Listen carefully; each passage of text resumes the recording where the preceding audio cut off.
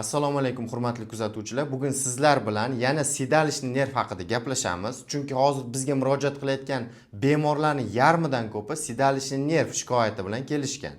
Videoni oxirigacha ko'ring. Aynan sedalishni nerv kuchli qo'zg'aganda, ya'ni ostri paytda qaysi mashqlarni qilish mumkin emas, ya'ni og'riqni kuchaytirishi mumkin. Qaysilarini qilish kerak va xronический, ya'ni doimiy og'rib yurganda qaysi mashqlar mumkin va qaysilar mumkin emasligini aytib o'taman. Demak, sedalishni nerv 5 ta bel umurtqasidan chiqib, chapga va o'ngga oyoqqa polni ketadi. Bunda u dumg'aza va chanoq o'rtasidagi tirqishdan o'tadi. Bu joyda ko'pchilikda yemirilish chiqyapti hozir. Shuning uchun ular yurib ketganda qancha ko'p yursa, shuncha ko'p og'riydi.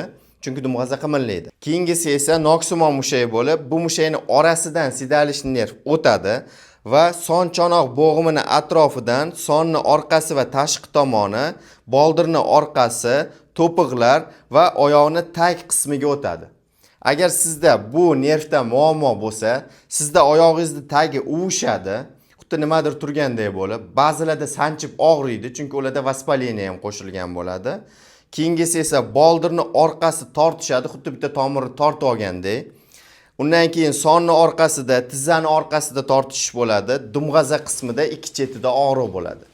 Bunaqa odamlarda sedalishni nervni siqish mumkin bo'lgan narsalar 10 tadan oshiq. O'shandan faqatgina bittasi grija.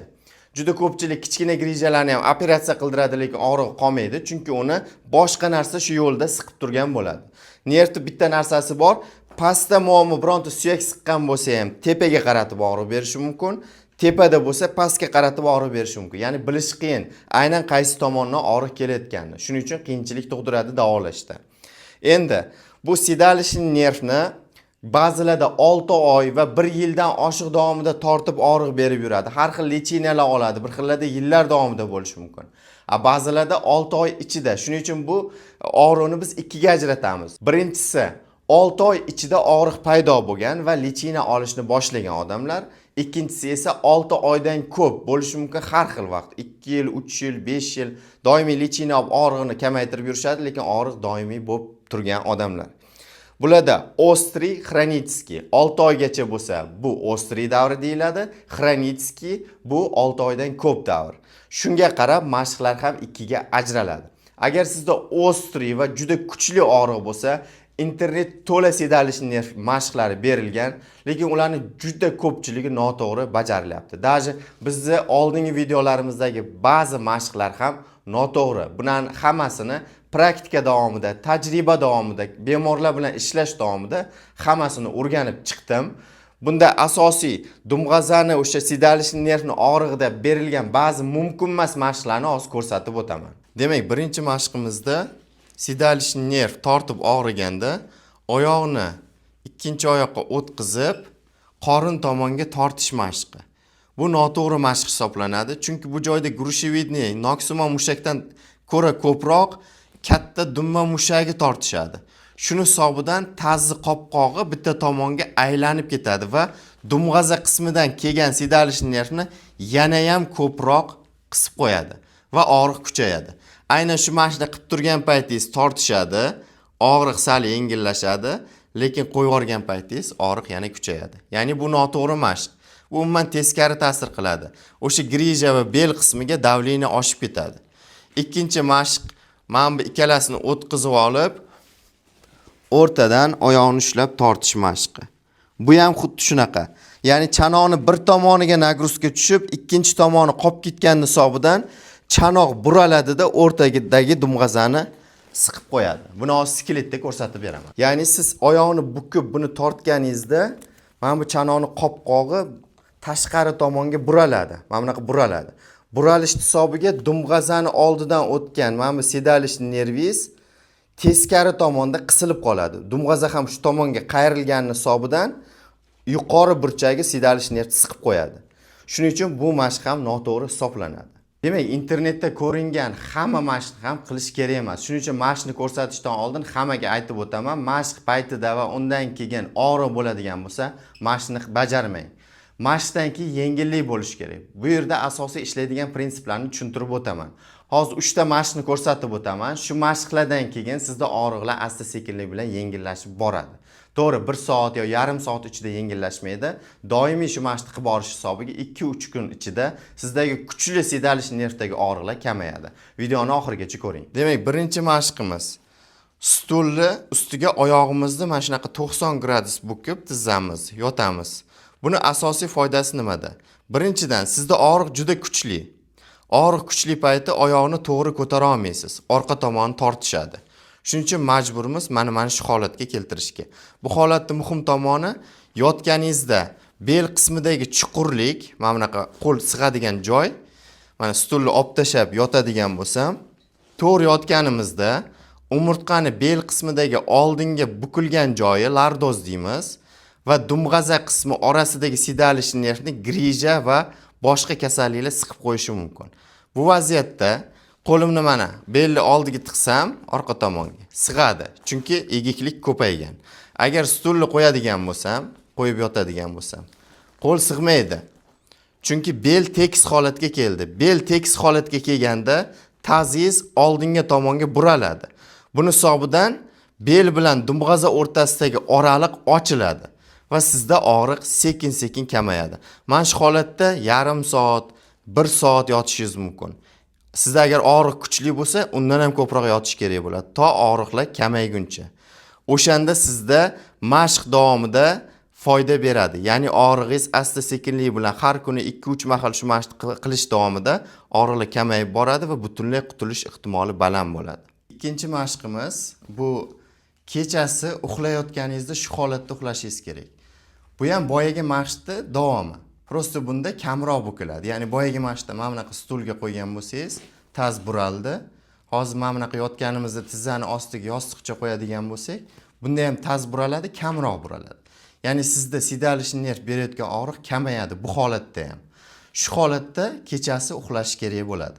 Ya'ni kechasi yotishda siydalish nervni og'rig'ini kamaytiradigan poложение shu bo'ladi. Demak, bunda boyagi holat, birinchi mashqdagi holatda turishimiz kerak. Sizda og'riq juda kuchli. Mana shu holatda turganingizdan keyin 20 minutlardan keyin og'riq sekin asta kamayadi. Ya'ni orqadan tortishib og'rish kamayadi.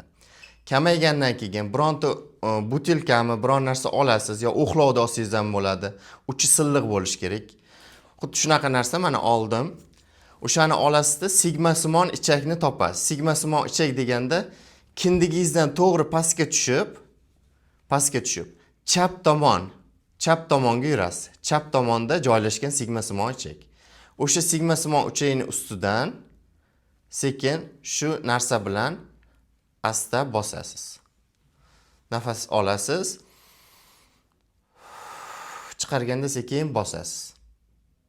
Nafas olasiz. Chiqarganda sekin bosasiz. Og'riydi, juda kuchli og'riydi. Agar shu og'riq payti, og'riq belga bersa, aynan o'sha tochkani ushlagan bo'lasiz. Bu vaziyatda sizga juda zo'r foyda beradi bu. Aynan shu mashq. Agar bosganingizdagi og'riq belga bersa, shu holatda 1 daqiqa ushlab turasiz. 1 daqiqadan ko'p ushlash mumkin emas. Agar ko'p ishlasangiz, et ezilib, atyoq bo'lishi mumkin. Demak, 1 daqiqa ushlab turganingizdan keyin buni yana ozgina siljitasiz. Farqi yo'q, o'ngami, chapgami, tepagami, pastgami, ozgina o'zgarsa bo'ldi joyi. Siljitasiz va yana og'riqli tochkani topasiz. Topish uchun nafas olasiz, chiqarganda sekin bosasiz.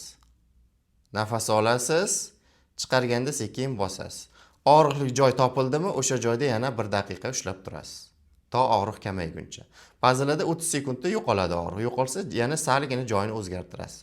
Shunaqa qilib, o'sha sigmasimon ichakni hamma joyiga ishlab chiqasiz. Bu aniq emas. Masalan, kimdadir 4 ta 5 ta joyda, kimdadir 2 ta joyda og'riq chiqishi mumkin. O'sha og'riqlar qolgandan keyin mana shu holatda sizda siydalish nerv ham bo'shashib boshlaydi, og'riqlari yo'qoladi. Buni kuniga 2-3 mahal qilish orqali 1 oy davomida siz siydalish nerv og'rig'idan butunlay xalos bo'lasiz. Demak, 3-mashqda asosiy prinsipini ham aytib o'taman, chunki teoriyani, nazariyani aytmasam, mashq nima uchun qilinayotganini bilmaysiz. Bunda dumg'aza suyagi va L5, asosan L5 S1 qismida grija bo'lib, o'shani hisobiga siydalish nerv siqiladi. Aynan shuni ochishimiz kerak. Bu nerv dumg'aza agar bir tomonga ketib qolgan bo'lsa, ya'ni chapga yo o'ngga buralish bo'ladi, aynan shu joyda grija bo'lsa. Aynan o'sha buralishni oldi tomonda, tazni ichida sigmasimon va ko'richak sohalaridagi svyazkalar boshqaradi. Ya'ni aynan o'sha ikkita svyazka dumg'azani qiyshayishiga sababchi bo'ladi. O'shani ketqizish uchun qilinadi bu mashq. Agar sizda ham xuddi shunaqa quymushdan sonni orqasi bilan, boldirlar bilan tovongacha tortishib og'risa, oyoqni tagi o'shsa, oyoqda xuddi tok urgandek bir jizillab uradigan bo'lsa, bularning hammasi nerv hisoblanadi, oyoq nervi. Bu oyoq nervi oyoqning orqasidan o'tgan sidalishni yoki o'tirg'ish nervi bo'lib, og'rig'i juda kuchli. Ba'zilarda uzoq vaqt davomida bo'lgani uchun xronitskilarda ham hozir ko'rsatgan mashqlarim yaxshi foyda beradi. Shu mashqlarga qo'shimcha boshqa internetda sidalish nerviga ko'rsatilgan mashqlarni qilishingiz mumkin. Faqatgina tazni, yagadishni mышцаларni cho'zadigan mashqlarni qilmasligingiz kerak. Agar sizda o'tkir fazasi bo'lsa, ya'ni 6 oy ichida birdaniga og'rib qolgan bo'lsa yoki oyoqlaringiz kuchsizlanib qolgan bo'lsa, unda hozir ko'rsatgan mashqlarim va sigmasimon ichakni massaji sizga juda yaxshi foyda beradi, og'rig'ingizni ancha kamaytirib beradi.